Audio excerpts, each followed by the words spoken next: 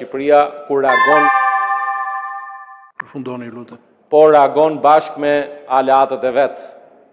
Dhe prandaj është turp që të vish dhe të bësh politikë. Sa i përket Edi Ramës, ti dhe ata shokët e tuaj duhet lani gojën mirë, sepse Edi Rama është i vetmi kryeministër në historinë e këtij vendi që nga 1912 i cili çështjen e Kosovës e ka ngritur mes Beogradit dhe ka bërë me dije qartësisht edhe sfundmi në Bruksel, edhe në Beograd në tetor të vitit 2014 që Kosova është shtet i pavarur